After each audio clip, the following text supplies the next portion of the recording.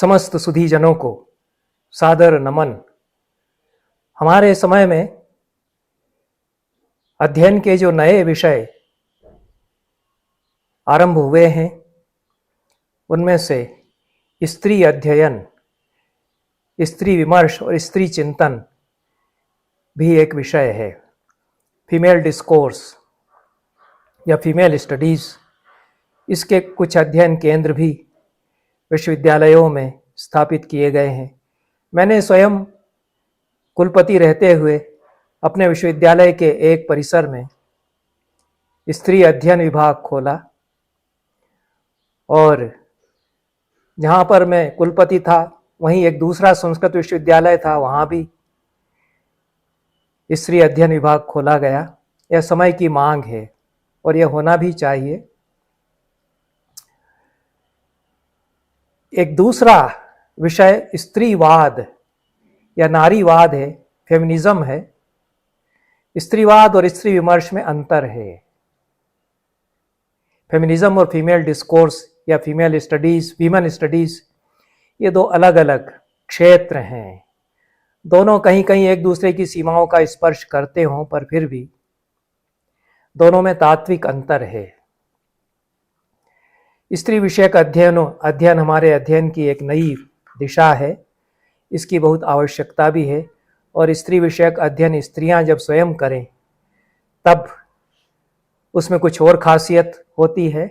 इस दृष्टि से मैंने विदुषियों के द्वारा स्त्री विषयक अध्ययन की कुछ पुस्तकों की चर्चा 2-1 महीने पहले की थी। चंद्रकला पाडिया के द्वारा संपादित सभी पुस्तकें हैं और काशी हिंदू विश्वविद्यालय के महिला अध्ययन एवं विकास केंद्र, स्त्री अध्ययन के स्थान पर महिला अध्ययन शब्द अधिक प्रचलित है हिंदी में, उस महिला अध्ययन एवं विकास केंद्र की ओर से ये पुस्तकें, ढेरों पुस्तकें प्रकाशित की गई। शुभ लक्षण है और इसको प्रोत्साहित भी किया जा रहा है, इसलिए छपी भी हैं। धर्मशास्त्र और स्त्री विमर्श, ये चंद्रकला पाडिया की स्वयं की पुस्तक। फिर उनके संपादन में प्राच्यवाद और स्त्री का प्रश्न, आधुनिक भारतीय चिंतकों की दृष्टि, यह भी पुस्तक वहीं से प्रकाशित हुई, उन्हीं के द्वारा लिखी हुई भी है। प्रीति सिंह की पुस्तक कॉन्सेप्ट ऑफ स्त्री धन इन ancient Hindu law, a critical analysis. Gandhi और स्त्री शक्ति, उपासना पांडेय की पुस्तक। मनुस्मृति एवं कौटिल्य अर्थशास्त्र में नारी एक अध्ययन, मनीषा शुक्ला की पुस्तक। इत्यादि पुस्तकों की मैंने चर्चा एक साथ की है। मैंने उसमें यह भी कहा कि सभी पुस्तकें महिलाओं के द्वारा लिखित और महिला विदुषी द्वारा संपादित हैं और उनमें धर्मशास्त्रों में प्राचीन विचारकों के द्वारा या आधुनिक विचारकों के द्वारा स्त्रियों के विषय में क्या कहा गया, इसका विश्लेषण और अध्ययन किया गया है। और पुरुष जो जो कहता है उसको इन विदुषियों ने पहले तो दोहराया है, कहीं कहीं उस पर प्रश्न भी खड़े किए हैं। उसी सिलसिले में मैंने यह भी कहा था कि ये पुरुषों के द्वारा प्रतिपादित स्त्री विमर्श है। स्त्री को कैसा होना चाहिए, इसका विमर्श, स्त्री के कर्तव्यों के बारे में, उसके साथ कैसा सलूक किया जाए उसके बारे में जो विमर्श है, उसका विमर्श और कहीं कहीं प्रतिविमर्श भी इन विदुषियों ने किया है। पर अपनी स्वयं की कोई आवाज़ जैसे उनकी विशेष नहीं है, न उनका कोई स्वयं का स्वतंत्र चिंतन है अपने समय से जुड़ करके। और स्त्रियों में ऐसी विदुषियां हो सकती हैं, चिंतक हो सकती हैं हमारे समय में, जिनका कि अपना एक स्वतंत्र चिंतन हो और वो अपनी बात कहना चाहें, उनका अपना एक व्यक्तित्व भी हो। पुरुषों के रचे धर्मशास्त्रों का अध्ययन किया जाए, उन पर कहीं कहीं सवाल उठाया जाए। इसके अलावा 2 पुस्तकें मेरे सामने हैं। पहली पुस्तक स्त्री चिंतन और विमर्श, यह पुस्तक है, दो महिलाओं के द्वारा यह संपादित है, रेखा सेठी और रिजवाना फातिमा। दोनों अपने अपने क्षेत्र की विशेषज्ञ हैं। रेखा सेठी दिल्ली विश्वविद्यालय के इंद्रप्रस्थ कॉलेज में प्रोफेसर हैं, प्रतिष्ठित आलोचक, संपादक और अनुवादक हैं। अनेक गतिविधियों में उनकी शिरकत है, सुपरिचित हैं, अंतर्राष्ट्रीय शिक्षा सम्मान से सम्मानित भी हैं। 17 पुस्तकें और 106 से अधिक शोध पत्र उनके प्रकाशित हैं। डॉक्टर रिजवाना फातिमा, रेखा सेठी तो प्रोफेसर हैं, डॉक्टर रिजवाना फातिमा ने दिल्ली विश्वविद्यालय से एमफिल और पीएचडी की उपाधियां अर्जित की हैं। उन्होंने कैरियर इंडिया संस्था के लिए हमारा आसमान नाम से पाठ्यक्रम की पुस्तकों का सहसंपादन किया है। उनके लेख समय समय पर विभिन्न पत्रिकाओं में प्रकाशित होते रहे हैं। यह पुस्तक जो लगभग 400 पृष्ठों की है, सस्ता साहित्य मंडल प्रकाशन की ओर से प्रकाशित की गई है और एक महत्वपूर्ण यह प्रकाशन है। इसकी जो भूमिका है वह बहुत पठनीय है। दोनों संपादिकाओं ने जो भूमिका इसकी लिखी है और इस चिंतन और विमर्श के बीच इस भूमिका का शीर्षक है। आशय उनका लगता है कि चिंतन की एक परंपरा है और विमर्श की हमारे समय में परंपरा है। तो परंपरा और आधुनिकता दोनों को आमने सामने रख कर के वे बात कर रही हैं, ऐसा हम कह सकते हैं। उन्होंने इस बात को रेखांकित किया है कि स्त्रियों की भूमिका हमारे समाज में पुरुषों की बराबरी की होती जा रही है या न भी होती जा रही है, फिर भी स्त्रियों ने जो दायित्व निभाए हैं वे कई बार पुरुषों के द्वारा संभव नहीं थे। वो सही ही कहा है। आणविक युद्ध यदि होता है तो स्त्रियों की भूमिका शांति स्थापित करने वालों में होगी, ऐसा वे कहती हैं, क्योंकि शांति की अवधारणा उनकी सोच से ही आएगी।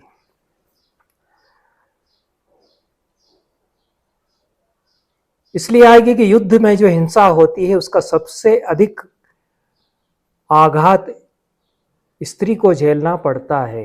यह इतिहास प्रमाणित करता है कि युद्ध तो आदमी आदमी के बीच की लड़ाई होती है, उनकी राजनीति के कारण होती है लड़ाई, झेलती बहुत ज़्यादा स्त्रियां हैं, शिकार स्त्रियां उसका बहुत ज़्यादा होती हैं, बलात्कार उनके साथ होते हैं, अन्याय अत्याचार होते हैं। जो लोग लड़ते हैं वे भी यह सब करते हैं। विजेता देश के सिपाही अपने ही देश की स्त्रियों के साथ भी करते हैं, विजित देश की स्त्रियों के साथ भी करते हैं। इतिहास गवाह है और इस पर बहुत मार्मिक रचनाएं भी हैं, चाहे बांग्लादेश की लेखिका हों जिन्हें नोबेल पुरस्कार से नवाजा गया, या अन्य साहित्य हो या इतिहास ही हो, तब स्त्रियों को सामने आना पड़ता है। स्त्रीवाद को किस दृष्टि से देखा जाए, यह प्रश्न भूमिका में उठाया गया है। स्त्रीवाद के कई चेहरे हैं। स्त्री विमर्श और स्त्रीवाद, जैसे मैंने कहा कि दो अलग अलग संज्ञाएं हैं और इनमें फ़र्क भी मैं करता हूँ। तो रेडिकल नारीवाद, उदारवादी नारीवाद, मार्क्सवादी मनोविश्लेषणवादी नारीवाद, मानवतावादी इत्यादि नारीवाद के कई कई चेहरे हैं, कई धाराएं इसमें सामने आई हैं। यह बहुत विविध क्षेत्र है और विचारों का सम्मर्द इसमें है। परस्पर विरोधी विचार भी आ रहे हैं। इसी किताब से सामने यह बात आती है। यह तो होना ही है और होना भी चाहिए। सब तरह के विचार इसमें सामने आ रहे हैं। तो इकहरा विवेचन नहीं है, जैसा धर्मशास्त्रों का अध्ययन करके और उसमें विदुषियों ने बता दिया कि ऐसा ऐसा स्त्री का गुणगान हुआ है, ऐसा ऐसा स्त्री के साथ अन्याय हुआ है। इसमें उच्चावचत्व है पूरे विचारधाराओं का और इंटरसेक्शनैलिटी की सैद्धांतिकी सामने आई 1989 में के.डब्ल्यू. केरनशाह के द्वारा। और ब्लैक फेमिनिज्म के संदर्भ में यह सामने आई। स्त्रीवाद एक रूप नहीं होता है, नहीं हो सकता है, यह बात इसमें कही गई। फिर दलित स्त्रियों का विमर्श अलग होगा। आदिवासी लेखकों ने जो लेखन किया है उसमें एक विमर्श बनता है। फिर एक बहुत ही महत्वपूर्ण प्रस्थान इसमें शुरू हुआ, और जो इन्होंने कहा है कि शांति स्थापित करने में, विश्व को एक रहने लायक जगह बनाए रहने देने में महिलाएं भूमिका निभाएंगी। तो यह तो मैं देख रहा हूं कि बहुत सारी विदुषी महिलाएं हैं जो सामाजिक कार्यकर्ता हैं, बहुत सक्रिय हैं, अपने अपने क्षेत्र में विशेषज्ञ भी हैं। वे पर्यावरण के लिए बहुत अच्छा कार्य कर रही हैं, जो कि कदाचित पुरुषों की ओर से उतना न किया जा रहा हो। इको फेमिनिज्म, पर्यावरण पारिस्थिति के विषयों के क्षेत्र में जो सक्रियता है नारीवाद की, नारीवाद का झंडा बुलंद करने वाली महिलाओं की, वह एक उनकी बड़ी भूमिका है। बहुत अच्छा काम इन लोगों ने किया, दोनों संपादिकाओं ने, कि जो लेख छांटे हैं, पूर्व प्रकाशित हैं कई लेख, कुछ लिखवाए गए भी हैं, पर महादेवी वर्मा की श्रृंखला की कड़ियाँ, इस किताब से जो एक लेख लिया है।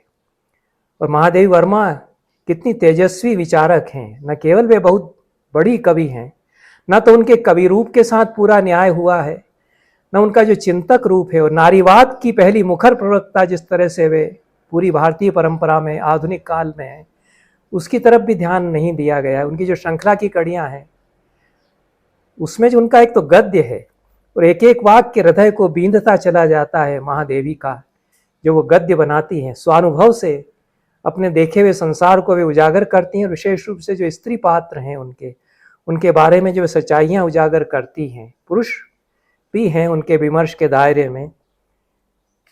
उनका जो लेख है, और उस पर कृष्णदत्त पालीवाल का महत्वपूर्ण लेख है। पूरी श्रृंखला की कड़ियाँ इस किताब में महादेवी विमर्श ने जिस प्रकार से नारी विमर्श का आरंभ किया है। बहुत संस्कारवती महिला थी महादेवी वर्मा। वेद का भी अध्ययन किया है, संस्कृत साहित्य का भी अध्ययन किया है, पूरी परंपरा को वे देखती हैं। लेख अच्छे चयन किए गए हैं, और मेरा ही लेख हालांकि सबसे पहले रख लिया गया है। पहली सहस्राब्दी में स्त्री पुरुष वर्चस्व के प्रतिरोध में शेष लेख जो लिए गए हैं वे कई खंडों में विन्यस्त है। 7 खंड इस पुस्तक में हैं, 29 लेख कुल मिलाकर के हैं। और जिन लोगों से लिखवाए गए हैं या जिन लोगों के लेख लिए गए हैं वे जानी मानी समीक्षक हैं, विचारक भी हैं, और अपनी पहचान उनकी है। इसमें रोहिणी अग्रवाल का थेरी गाथा पर, भक्ति काव्य पर रीता रानी पालीवाल का, गरिमा श्रीवास्तव का नवजागरण स्त्री प्रश्न और आचरण पुस्तकें इस शीर्षक से लेख। पहले खंड में 4 लेख हैं, दूसरे खंड में 5 लेख हैं, जिसमें स्त्री चिंतन का इतिहास और स्त्री का साहित्य शीर्षक से ए अरविंदाक्षन का, स्त्री के अर्थ और स्वातंत्र्य का प्रश्न महादेवी वर्मा का लेख जो श्रृंखला की कड़ियाँ से लिया गया है, कृष्णदत्त पालीवाल का श्रृंखला की कड़ियाँ, भारतीय स्त्री चिंतन का आधार ग्रंथ, और बहुत विस्तृत विशद विश्लेषण कृष्णदत्त पालीवाल जी ने इस किताब का किया है। पूरे स्त्री विमर्श के संदर्भ में यह किताब कितनी मौजूद है, यह भी इस सारे विचार से आता है सामने उभर करके तथ्य। स्त्री स्वाधीनता का प्रश्न बहुत तेजस्वी लेखिकाएं अर्चना वर्मा, उनका लेख है। प्रभा खेतान महिलावादी लेखन की बहुत बड़ी हस्ताक्षर हैं, प्रसिद्ध हैं। उनका श्रम के स्वीकरण की हकीकत शीर्षक से लेख है। खंड 3 में 4 लेख हैं, और पुराने लेख कदाचित हैं सभी। राजेंद्र यादव का तो बहुचर्चित लेख है, काफ़ी जब छपा था उस पर बहस हुई है। आदमी की निगाह में औरत, वो पढ़ने लायक लेख है, विवादास्पद तो हुआ ही है। उसका भी एक एक वाक्य बहुत तीर की तरह कई बार लगता है। सधा हुआ गद्य राजेंद्र यादव का है। मृदुला गर्ग कोई जानी मानी कथाकार हैं हिंदी की। प्रज्ञा और गर्भाशय के बीच उनका लेख है, जो अत्याधुनिक विमर्श स्त्री को लेकर के हो रहा है उसको उपस्थापित करता है। मैत्रेयी पुष्पा जानी मानी लेखिका है, उपन्यासकार हैं, बहुचर्चित हैं। समय मेरे संदर्भ में शीर्षक से उनका लेख और रमणिका गुप्ता नारीवादी विमर्शकारों में उल्लेख्य हैं। धर्म जाति और पितृसत्ता में जकड़ी स्त्री शीर्षक से उनका लेख है। खंड 4 में मृणाल पांडे, अनामिका, मनीषा कुलश्रेष्ठ, गीता श्री, इनके 4 लेख हैं। स्त्री का भाषा घर, इस श्रृंखला में अनामिका का महत्वपूर्ण विवेचन है एक लेख में, और प्रेम, परिवार, पितृसत्ता और पर्यावरण के बरक्स स्त्री चेतना। मनीषा कुलश्रेष्ठ भी महत्वपूर्ण लेखिका हैं हिंदी की, और बड़ा योगदान है उसमें, बड़ा योगदान है उनका न केवल स्त्री विमर्श में बल्कि नई तकनीकों के हिसाब से हिंदी साहित्य को पुनर्व्यवस्थापित करने में। उन्होंने बहुत सारे मुद्दों पर बात की है अपने लेख में। गीताश्री का प्रौढ़ होती स्त्री का दर्द, यह भी मार्मिक लेख है। स्त्री जीवन की एक गाथा इसमें उभरती है। और खंड 5 में 4 लेख हैं मनोहर श्याम जोशी, क्षमा शर्मा, विजय शर्मा और ज्योति चावला के। इनमें स्त्री मुक्ति और बाजार, मनोरंजन उद्योग और महिलाएं, स्त्री अस्मिता और फिल्में, जेंडर और अनुवाद, इतने विषयों पर अच्छी खुलकर चर्चा इन लेखिकाओं ने की है। खंड 6 में फिर 4 लेख हैं। चर्चित लेखक लेखिकाएं हैं, सभी के लेखिकाएं हैं 4 खंड 6 की, नासिरा शर्मा, सुशीला डाग भौरे, वंदना टेटे और के वनजा। महत्वपूर्ण विचार इसमें आए हैं। मुस्लिम औरत, धर्म और विश्वास, इसको लेकर नासिरा जी का, दलित नारी पर सुशीला डाग भौरे का, भाषा साहित्य और आदिवासी स्त्रियां, इस पर वंदना टेटे का, इको फेमिनिज्म पर के वनजा का। खंड 7 में फिर 4 लेख हैं। ममता कालिया, शंपा शाह और रिजवाना फातिमा तथा रेखा सेठी के। इनमें पूरा अतीत, भविष्य और वर्तमान स्त्री विमर्श का सामने रखा गया है। यह पुस्तक स्त्रियों के लिए तो पठनीय है ही, सभी पाठकों के लिए पठनीय है।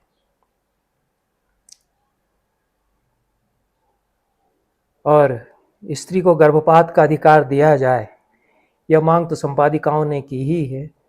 मधुला गर्ग ने भी, जो अधुनातन स्त्री विमर्श है, उसके आधार पर इस बात को और इस मांग को रेखांकित किया गया है। यह पूरा संकलन ही बहुत जिम्मेदारी के साथ तैयार किया है। दोनों संपादिकाओं ने बहुत विवेक के साथ प्रकाशित और अप्रकाशित लेख इसमें छांट करके उन्होंने लिए हैं। और हिंदी साहित्य में किस तरह से कतिपय आधुनिक लेखिकाओं ने जो अवदान अपना दिया है साहित्य के द्वारा, उससे स्त्री विमर्श विषयक परिदृश्य सारा बदल गया है। इसको सोदाहरण उन्होंने प्रतिपादित किया है। कई नाम उन्होंने उदाहरण स्वरूप बताए हैं। महादेवी वर्मा का तो बहुत बड़ा नाम है ही, और नई कवियों में नई जो महिला कवि हैं उनमें अनामिका, सविता सिंह के नाम जोड़े जा सकते हैं, और मैत्रेयी पुष्पा हैं, और बहुत सारी आदिवासी दलित महिलाएं जो लेखन कर रही हैं। उसमें नयापन है, ताजगी भी है, बहुत अधकचरा भी उसमें काफ़ी कुछ है, वो बात अलग है, लेकिन बहुत कुछ नया उसमें सामने आ रहा है। रोहिणी अग्रवाल का लेख बहुत महत्वपूर्ण सवाल उठाता है थेरी गाथा के संदर्भ में। थेरी गाथा पर बहुत बात की जाती रही है हमारे समय में।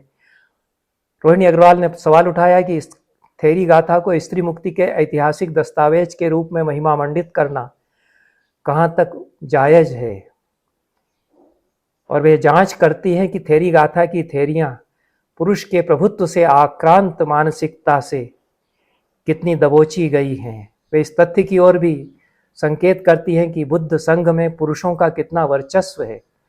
कभी कभी तो बड़ा दुख होता है कि जो महिलाएं आई उनके साथ क्या हुआ। नियमावली जो उन्हें सौंपी गई, थमाई गई, बताई गई संघ में दीक्षित होते ही, उसमें कई नियम इस तरह से थे जो स्त्री की गरिमा आज की दृष्टि में है उसकी बहुत अवहेलना करने वाले नियम थे। उनको संघ में आना था तो उन्होंने स्वीकार तो किया, लेकिन बाद में उन्होंने मांग की कि ये सारे नियम तो हटाइए हमारे लिए, चाहे कितनी ही बूढ़ी थेरी हो, 80-90 साल की हो, उसको चाहे कितना ही नवदीक्षित लड़का सा थेर हो, सामनेर हो, उसको प्रणाम करना पड़ेगा, उसके सामने झुकना पड़ेगा। बुद्ध के मन में ही पुरुष के वर्चस्व की कोई भावना थी। उनके बहुत सारे त्रिपिटकों में जो कथन है वे इसके प्रमाण हैं। कई बार तो ऐसा लगता है कि एक कारा को छोड़कर के क्या दूसरी कारा में आई हैं थेरियां। हालांकि जो थेरी गाथा है उसमें तो बड़ी अनोखी अभिव्यक्तियां हैं। कैसा संसार अध्यात्म का, धर्म का उनके सामने खुल गया है, बुद्ध ने कैसे उबार लिया है उनको, यही वे कहती हैं। और अपने पूर्व जीवन की जो वेदनाएं हैं, खल मुसल की दुनिया, उसको मैं छोड़ आई, पति की प्रताड़नाओं को छोड़ करके इस तरह से मैं आ गई, क्या क्या मैंने झेला, उस सबको छोड़ करके मैं यहाँ आ गई।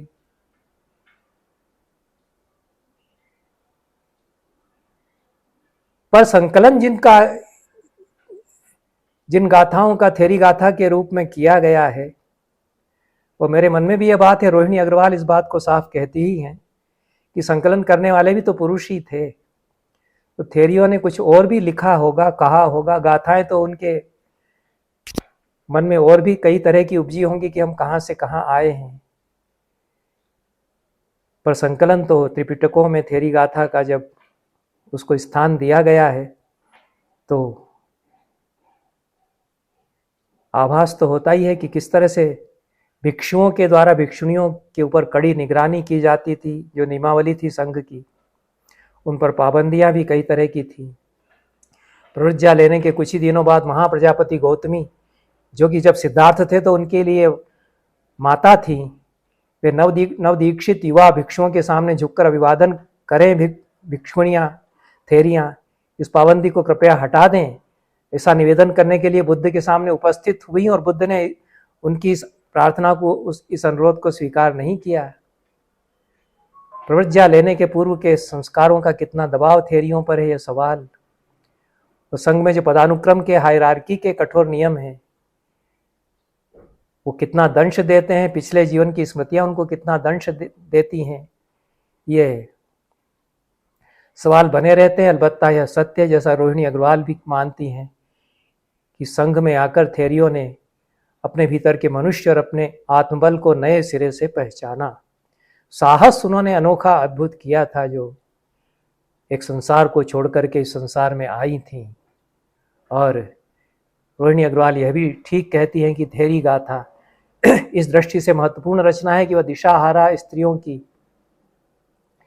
तिल तिल टूटती करुण दशा का पल पल जागती चेतना में रूपांतरण है।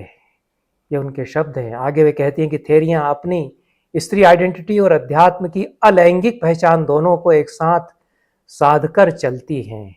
एक अच्छी स्त्री विमर्शकार के द्वारा सदा हुआ विश्लेषण है थेरी गाथा का, वो पहली बार इस रूप में कदाचित आया है। अन्यथा थेरी गाथा का स्त्री की मुक्ति के पाठ के रूप में बहुत महात्म्य गायन तो होता रहा है और इस रूप में उचित भी है।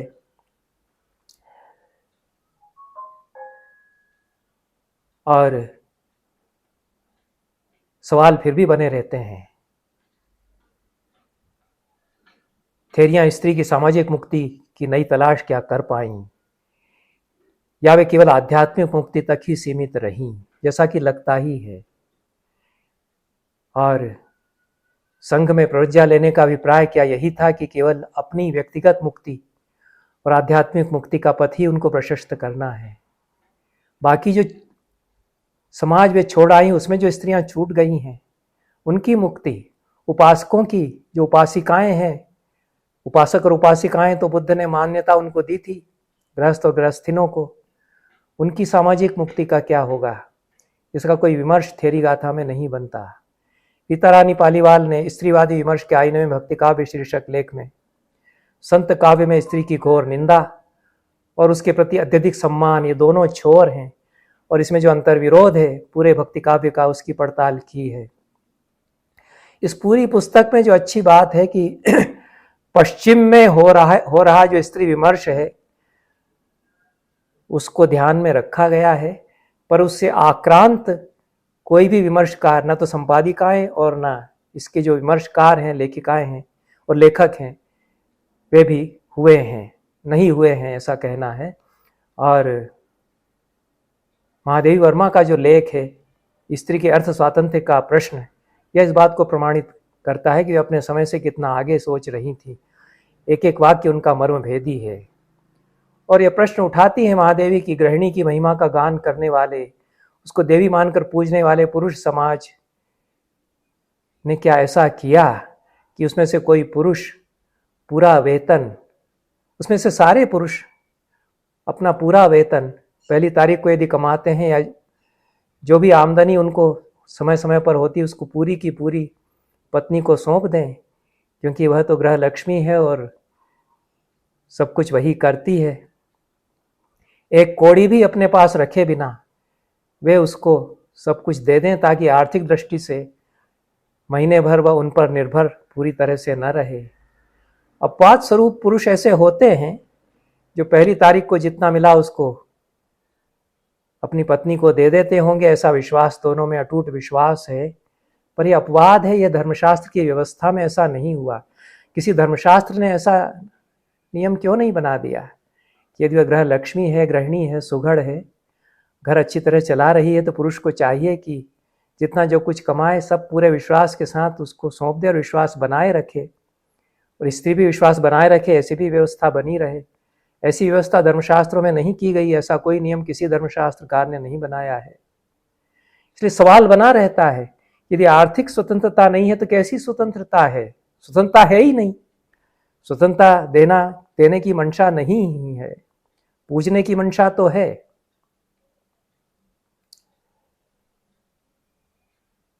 गुणगान की, महिमा मंडन की मंशा तो है। उसके अंतर्विरोध भी फिर सामने आ ही जाते हैं, क्योंकि उसको किससे मारा जाए, रस्सी से पीटा जाए इत्यादि फिर विधान बनाए जाते हैं। हालांकि महादेवी ने धर्मशास्त्र पूरे नहीं पढ़े थे, और याज्ञवल्क्य मिताक्षराकार विज्ञान भिक्षु कितने उदार हैं, और विधवा को संपत्ति का पूरा अधिकार होगा इसका विधान वे करते हैं। इस पर उन्होंने ध्यान कदाचित नहीं दिया है, पर जो सवाल भी उठाती हैं वह सवाल तो बना रहता है याज्ञवल्क्य के और मिताक्षराकार के बावजूद, कि भारतीय नारी अपने व्यावहारिक जीवन में सबसे क्षुद्र और सबसे रंक कैसे बनी रह सकी, मातृत्व की गरिमा से, पत्नीत्व के सौभाग्य से, सारे ऐश्वर्य से महिमा मंडित होकर भी, यह सवाल है। क्योंकि समाज ने पुरुष की सहायता पर उसे इतना निर्भर कर दिया है कि उसके सारे त्याग, सारा स्नेह, संपूर्ण आत्मसमर्पण एक बंदी का विवश कर्तव्य लगने लगता है। यह तो करना ही है, तुम सती हो तो तुम्हें तो ये करना ही है, तुम ये करती रहो तो हम तुम्हारा गुणगान करते रहेंगे। ये अनुबंध है। इस अनुबंध को जिन स्त्रियों ने मान लिया वो आश्रय में रह करके सुखी रहीं। तो जो थेरी गाथा की स्त्रियां हैं उनका क्या कहा जाएगा, वो उसको तोड़ करके आ गई हैं, क्योंकि यह थोपा गया बंधन है, आश्रय है, आश्रय दिया गया है। तुम्हारे आश्रय में रहोगी तो सुरक्षित भी रहोगी, लेकिन इसकी सारी शर्तें ये होंगी कि कोई आत्मनिर्भरता नहीं, स्वतंत्रता, वो कम से कम आर्थिक स्वतंत्रता तुम्हारे लिए नहीं। इसलिए महादेवी ठीक कहती हैं कि यह एक आत्मसमर्पित बंदी के विवश कर्तव्य की तरह से है। इस रूप में उसका गुणगान जितना पुरुष कर सकें करें। यह स्त्री की जो अथाह वेदना है उसकी समझ के साथ महादेवी वर्मा ने एक एक वाक्य जो लिखती हैं, पूरी श्रृंखला की कड़ियाँ, किताब भी, और खासतौर से यह लेख जो इन्होंने ले लिया है, संपादिकाओं ने, रेखा सेठी और रिजवाना दोनों ने अच्छा संपादन करके, तो यह महादेवी कहती हैं कि जीवन के विकास के लिए किसी की सहायता लेने में कोई बुराई नहीं है, पर किसी में सहायता दे सकने की क्षमता ही विकसित न हो पाए ऐसी व्यवस्था निर्मित कर देना एक अभिशाप है। आगे बहुत चुभते हुए प्रश्न भी वे उठाती हैं। किसी बोझ को उठा करके कोई सहयात्रा कर रहा है तो अलग बात हो जाती है। अवश्य ही हमारे समाज को यह सोचना अच्छा नहीं लगता कि उसके निर्विकार भाव से पूजा और उपेक्षा स्वीकार करने वाली चिरमौन प्रतिमा के स्थान पर सजीव नारी मूर्ति रख दी जाए, जो पल पल में उसके मनोभावों के साथ रुष्ट और तुष्ट होती रहे। कभी कभी अति सरलीकरण भी लगता है ऐसे कथनों में, क्योंकि मान लिया जाता है कि सारा का सारा पुरुष समाज ही ऐसा है। फिर भी एक बड़ी सीमा तक ये बहुत मौजूद कारगर सवाल हैं। रेखा रानी पालीवाल ठीक कहती हैं कि रामकाव्य की सारी परंपरा में स्त्री स्वनिर्णय की अधिकारिणी कहीं भी नहीं हो सकी। तारा कभी बाली की पत्नी बनती हैं, कभी सुग्रीव की पत्नी बनती हैं, फिर दोबारा बाली की पत्नी, फिर दोबारा सुग्रीव की पत्नी बनती हैं। तारा का कोई निर्णय तो है नहीं। रावण मंदोदरी की पत्नी है, फिर विभीषण की पत्नी है। आधुनिक स्त्री का विमर्श यद्यपि है, मंदोदरी को अनुचित नहीं लगा होगा, पर सवाल उठता है कि रावण मंदोदरी की उपस्थिति में सीता से प्रणय निवेदन कर रहा है। रामचरितमानस में होता है, वाल्मीकि रामायण में नहीं होता। इस पर ध्यान देना चाहिए था रीता रानी जी को। लेकिन जो रामचरितमानस में, संत काव्य में, भक्ति काव्य में जो स्त्री समाज परिकल्पित किया जा रहा है, तो वहां तो स्त्री अपनी परिणीता पत्नी के सामने दूसरी स्त्री से प्रणय निवेदन पुरुष कर रहा है, और वह यह वचन दे रहा है कि मुझे स्वीकार कर लोगी तो मंदोदरी सहित सारी रानियां तुम्हारी दासी बनकर के रहेंगी, और वो उपस्थित है मंदोदरी। तो यह कैसा स्त्री के साथ सलूक है, यह प्रश्न आज की स्त्री उठाती है। मंदोदरी ने तो नहीं उठाया, उठाया भी है। गरिमा श्रीवास्तव का बहुत महत्वपूर्ण लेख है, बहुत नई सामग्री इसमें है। नवजागरण स्त्री प्रश्न और आचरण पुस्तकें, और इससे पता चलता है कि कितनी बड़ी संख्या में नवजागरण काल में 19वीं शताब्दी 20वीं शताब्दी के शुरू में स्त्रियों के लिए हिदायतनामा, मैनुअल्स पुरुषों के द्वारा लिखे जा रहे थे। उनको बहुत जरूरी लगा इस समय स्त्रियों के लिए हिदायतनामा, और उसकी कई किताबें छपी, उनका विश्लेषण उन्होंने किया है, और बड़ी लंबी सूची है ऐसी पुस्तकों की। अंग्रेजी में, भारतीय भाषाओं में, हिंदी में, उर्दू में ऐसी किताबें बहुत लिखी गईं, और बहुत चौंकाने वाली जानकारियाँ इसमें हैं।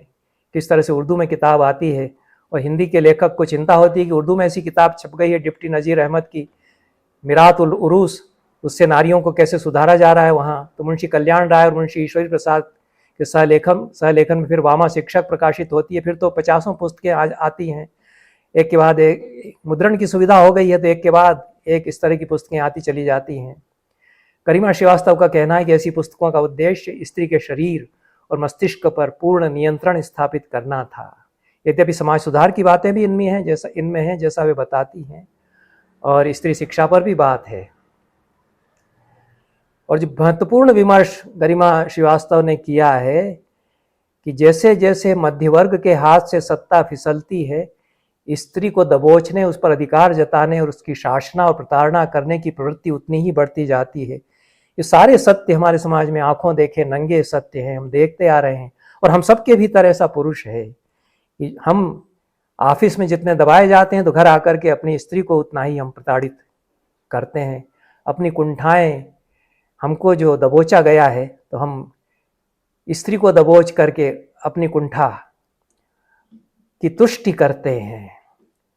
हालांकि स्त्री लेखिकाओं द्वारा जो कुछ किताबें लिखी गई, रमाबाई, अंग्रेजी में रमाबाई के द्वारा, उड़िया में सरला देवी, कुंतला कुमारी, शैलबाला दास, वे भी, और कोकिला देवी, उनके द्वारा भी जो पुस्तिकाएं लिखी गईं, उनसे फिर गृहस्थी से आगे जाकर के स्वतंत्रता आंदोलन और ट्रेड यूनियनों के आंदोलनों तक स्त्रियां कैसे जा रही हैं और स्त्री विमर्श कैसे जा रहा है, यह भी तथ्य सामने आता है। लेकिन वो स्त्री लेखिकाओं के द्वारा किया गया लेखन है। पुरुषों ने बहुत बड़ी संख्या में स्त्री शिक्षा की किताबें लिखी हैं, उसका विश्लेषण इन्होंने किया है। अर्चना वर्मा का लेख जो उत्तर आधुनिक विमर्श है, उसके संदर्भ में वे यह बताती हैं कि मातृत्व से मुक्ति के अवसर ने स्त्री को यह ताकत दे दी है कि स्वयं को देह में और देह को हथियार के रूप में तब्दील कर सके। स्त्री स्वाधीनता का यह भी एक चेहरा है, और उसके कारण एक चुनौती भी उसके सामने, जिम्मेदारी भी है। यदि यह स्वाधीनता है कि अपनी देह को इस्तेमाल कर सकती है हथियार के रूप में, वो स्वयं को देह के रूप में स्वयं तब्दील कर सकती है, तो ये तो बड़ी जिम्मेदारी भी फिर हो जाती है। और अर्चना वर्मा स्वयं भी मानती हैं कि स्वाधीनता का चुनाव अकेलेपन का चुनाव है और वह जीवन में अंततः सार्थकता का स्रोत नहीं हो सकती है। मृदुला गर्ग यह बताती हैं कि फ्रांस में गर्भपात के अधिकार को लेकर स्त्रियां जब संघर्ष कर रही थी एक समय, वहां अब वे मातृत्व के मूलभूत अधिकार की स्वीकृति पाने के लिए और उसको प्राप्त करने के अर्चना वर्मा ने बहुत सारे उदाहरण दिए हमारे समाज में पुरुषों की दबंगई के। मार्मिक उदाहरण हैं कैसे स्त्रियां जब अपने प्रति हो रहे अन्याय के लिए सामने आती हैं तो पुलिस थाने में उनकी FIR दर्ज नहीं होती है, कहा जाता है कि घर की गंदगी क्यों सामने ला रही हो। कैसे प्रबुद्ध स्त्रियां जब आती हैं उनकी आवाज़ उठाने के लिए तो उसी शहर के लोग कहने आ जाते हैं कि सब कुछ ठीक चल रहा था, दिल्ली की रंडियां आ गई, उन्होंने कुछ यह सब हंगामा मचा दिया है, नहीं तो महिलाओं का काम है सहन करना, करती रहें, क्या हो गया। बीमार औरत थी, उसके पति ने अपनी बेटी के साथ बलात्कार कर लिया क्योंकि उसकी भी तो ज़रूरतें थी, ऐसा कहने वाले युवक, टीवी पर खुलेआम कहने वाले युवक, ये सारी घटनाओं के संदर्भ अर्चना वर्मा देती हैं। कुल मिलाकर के राजेंद्र यादव का जो लेख है उसमें उन्होंने नीत्शे और शोपेनहार के उदाहरण दिए हैं जो स्त्रियों को कोड़ों से पीटने और स्त्रियां किस तरह से पुरुष की बराबरी लेखन में, साहित्य में, कला में नहीं कर सकती, इस बात को प्रतिपादित करती हैं। राजेंद्र यादव कहते हैं कि हमारी जितनी भी अश्लील गालियां हैं वे पुरुषों की असमर्थता और अक्षमता की घोषणाएं हैं।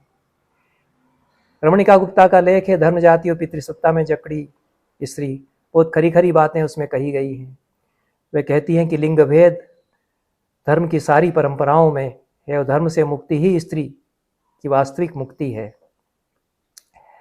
अनामिका ने अपने लेख में स्त्री की भाषा की, बदलती हुई भाषा की अच्छी पड़ताल की है और मर्दवादी प्रतीकात्मक व्यवस्था का प्रतिकार स्त्री अपनी भाषा में कैसे करती है यह उन्होंने बताया है।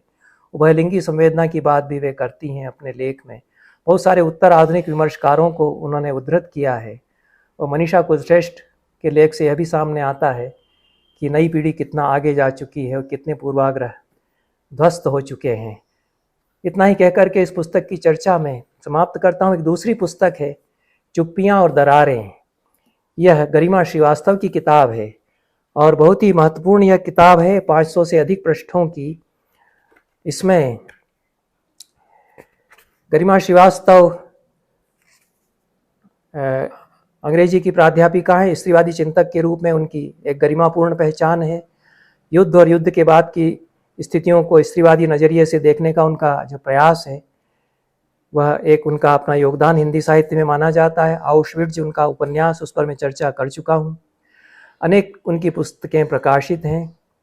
आउशविट्ज़ एक प्रेम कथा और देह ही देश, हिंदी नवजागरण, इतिहास, गल्प और स्त्री प्रश्न, किशोरी लाल गोस्वामी, लाला श्रीनिवास, उन्होंने स्त्रियों की आत्मकथाओं पर अच्छी चर्चा की है।